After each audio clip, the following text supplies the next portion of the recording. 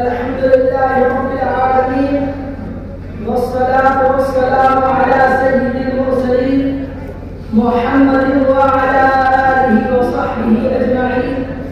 أما بعد، فأعوذ بالله من الشيطان الرجيم. بسم الله الرحمن الرحيم. قل إن كنتم تحبون الله فاتبعوني يحببكم الله. وقال في موضع آخر: لقد كان لكم في رسول الله أسوة حسنة. صدق الله العظيم. حضور آئے تو سبلے آخری نشقہ گئی دنیا.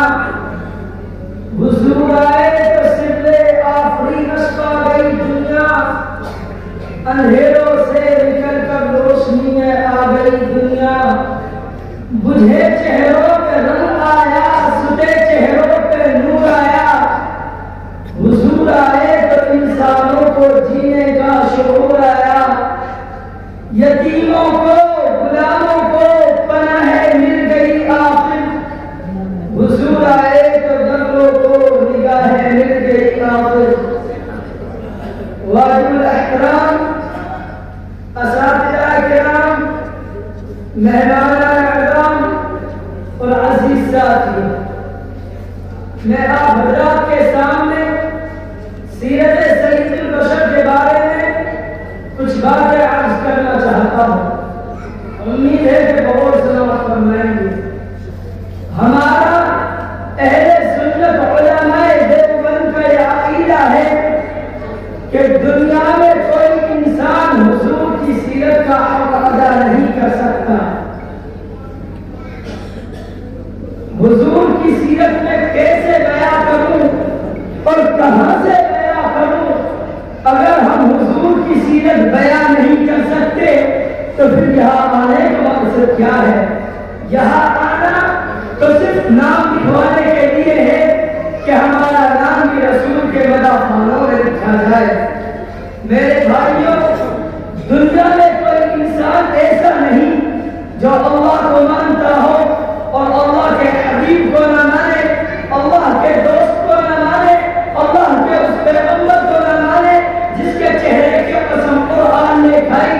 اللہ کے اس پیغمبر کو نہ مانے جس کے چہرے کو قرآن نے وضحیٰ کہا، جس کی زلفوں کو واللیل کہا، جس کے دانتوں کو یاسین کہا، جس کے سینے کو علم نشرح کہا، جس کے اخلاق کو انک لعلی خلق عظیم کہا، جس کی چادر کو یا ایھا المدثر کہا، جس کے کمبل کو یا ایھا المزمل کہا، جس کی آنکھوں کو ما زاغ البصر وما طغى کہا، جس کے آنے کو جاءکم رسول من انفسکم کہا، جس کی رحمت کو ما ارسلناک الا رحمۃ للعالمین کہا، جس کی خواتین کو ما ارسلناک الا کافۃ للناس کہا، جس کی عیدیت کو بشیر کہا، نذیر کہا، جس کی عظمت میں سراج منیرہ کہا، جس کو کبھی رؤوف کہا، کبھی رحیم کہا، اور یہ بتایا کہ اے پیغمبر تو رحمت للعالمین ہے.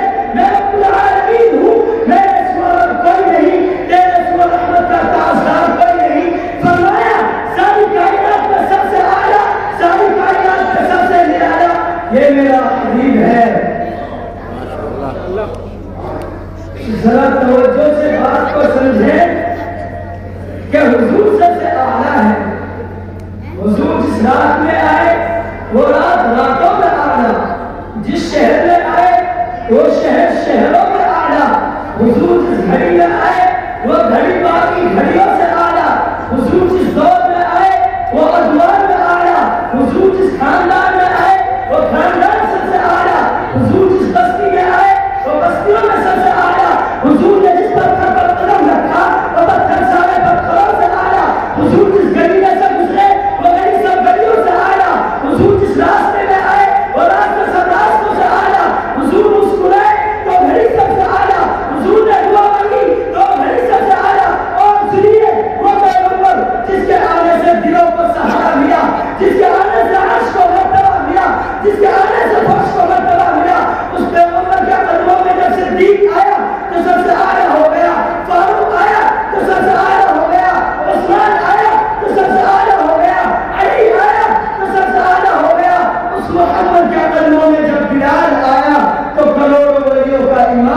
گیا. ایک ہندو میرے نبی کی شان میں قصیدہ پڑھتا ہے اور نبی کے آنے سے پہلے کی کیفیت بتاتا ہے. اس لیے کہ حضور کو اسی دنیا میں آنا تھا. حضور کو نہ آنا ہوتا تو کائنات کا نظام سجایا نہ جاتا. حضور کو نہ آنا ہوتا تو لوگوں میں محفل سجائی نہ جاتی. حضور کو نہ آنا ہوتا تو نسلیں نہ ہوتی, یہ مدرسے نہ ہوتے, یہ مکاتب نہ ہوتے, یہ علماء نہ ہوتے, یہ صلحاء نہ ہوتے, یہ انبیاء نہ ہوتے, یہ مرسل نہ ہوتے. حضور کو نہ آنا ہوتا تو 4 لاکھ علماء پیدا نہ ہوتے. حضور کو نہ آنا ہوتا تو 2 لاکھ محدث پیدا نہ ہوتے. حضور کو نہ آنا ہوتا تو صدیقوں کو صداقت نہ ملتی, عمر کو عدالت نہ ملتی, عثمان کو سخاوت نہ ملتی, علی کو شجاعت نہ ملتی. حضور کو نہ آنا ہوتا تو ابن عباس مفسر نہ بنتا, انزلہ مسیح الملائکہ نہ بنتا, ابن رسول المحدث نہ بنتا, ابو ذر غفاری تاریخ الدنیا نہ بنتا, سلمان فارسی تاریخ الدنیا نہ بنتا. حضور کو نہ آنا ہوتا تو کچھ بھی نہ بنتا. کسی شاعر نے کیا ہی خوب کہا کہ کتاب فطرت کے سرے ورق پر جنان احمد رقم نہ ہوتا. کتاب فطرت کے سرے ورق پر جنان احمد رقم نہ ہوتا تو نقش ہستی ابھر نہ سکتا, وجود لوح و قلم نہ ہوتا. تیرا غلاموں نے نہیں مانا جو تیرا عطف کرم نہ ہوتا. بارگاہ ازل سے تیرا خطاب خیر الامم نہ ہوتا. نہ روح حق سے نہ آپ اٹھتا, نہ ظلمتوں کا حساب اٹھتا. فروغ بخش نگاہ انفاق اگر چراغ حرم نہ ہوتا. حضور نہ آتے تو کچھ بھی نہ ہوتا.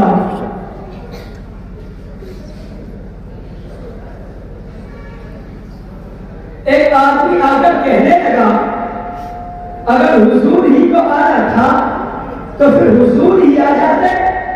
حضور کے آنے سے پہلے آدم سے لے کر عیسیٰ تک نبیوں کو کیوں بھیجا گیا؟ انبیاء کیوں آئے؟ مرسل کیوں آئے؟ آنا حضور نے ہی تھا تو پھر حضور ہی آ جاتے. حضور کے آنے سے پہلے 1,24,000 انبیاء کیوں آئے؟ اس لیے تاکہ راستہ بن جائے, تاکہ محفل سمجھ جائے, تاکہ دنیا جمع ہو جائے, تاکہ رونق کھانا بن جائے, تاکہ شب محفل ہو جائے. حضور کو آنا ہے, راستہ بن جائے.